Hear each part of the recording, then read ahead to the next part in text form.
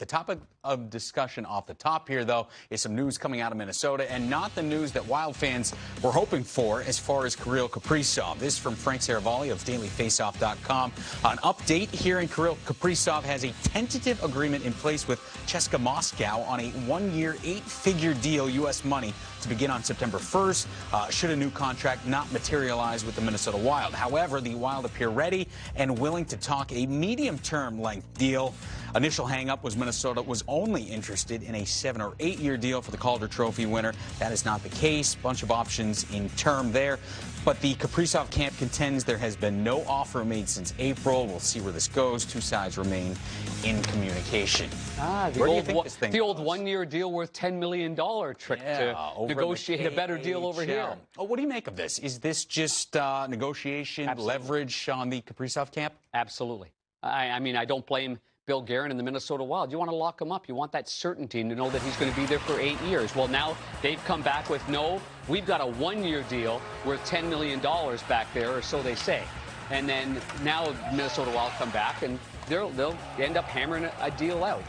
He's a great player. I was really impressed with a lot of the areas of the game that he's really good at. It seemed like his personality was infectious. It seemed like he got along with his teammates. He blended in quite well. He's an electrifying player.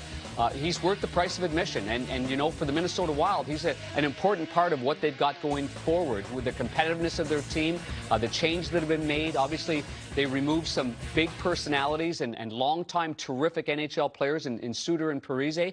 And Billy Guerin saying, here you go. Yeah. Like, this is your team. But I've got a theory on this whole thing. I mean, if a player wants to go to Russia on a one-year deal for $10 million, and I know maybe I'm, bad for saying this, but okay, really go there? You're not the only one. Go there? I mean, come on. Media. Yeah. Like, it was a long time in getting him here into the fold, and Minnesota Wild and the fans saw what he was all about, and this can't be a teaser. Yeah. I mean, he's too good of a player. You want to play in the greatest league in the world? Right. You want to be one of the greatest players in the world? You play in the National Hockey League. That's where you play. Yeah, exactly. That's why everybody wants to come over to the United States and Canada to play in the NHL. If you're the Wild, do you call the bluff on this one, or can you afford to lose a guy like Kaprizov to the KHL based on where you're at and what your lineup looks like without the Calder Trophy winner?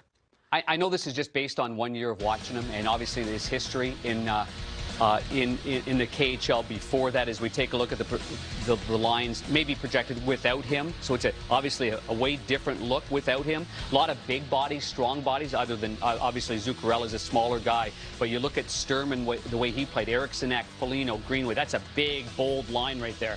But you need some skill to finish things off. But getting back to him, I don't think you're going to make a mistake on him. I think you look at all the younger players that have gotten big money. I mean, from Darnell Nurse to get over $9 million, just as an example, what he has shown me, I mean, if he ends up getting paid, maybe it won't be Panarin money, but he's going to be a great player in this league. He's going to be a difference maker for his time in the NHL. So I don't think there will be a mistake. Now, if they're talking $15 million or so, a number that's, well, then you got to beat it down a little bit. You got to get down to a reasonable number to keep high, cap compliant, and exactly. We got a flat cap, and maybe it only goes up $1 million next year. So Billy Guerin does have to make sure that whatever he does with this signing, he's still able to bring in other players. So they want to win a Stanley Cup, not just have one player be And we've only seen 1 year in the NHL, too, right? I mean, it's been one season. So to ask for the world, we'll have to see where his camp comes in and where the Bill Guerin and Minnesota Wild camp come in as well. I have a feeling Bill's going to do a good job on this.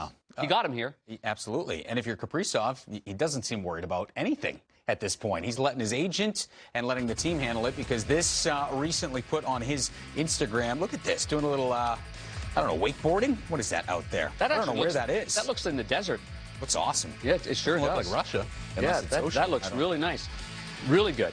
I mean, he's showing great athleticism right there. Off-season great balance. You want these guys to be like Paul Kariya and Rob Blake and all these guys in California. They are great surfers.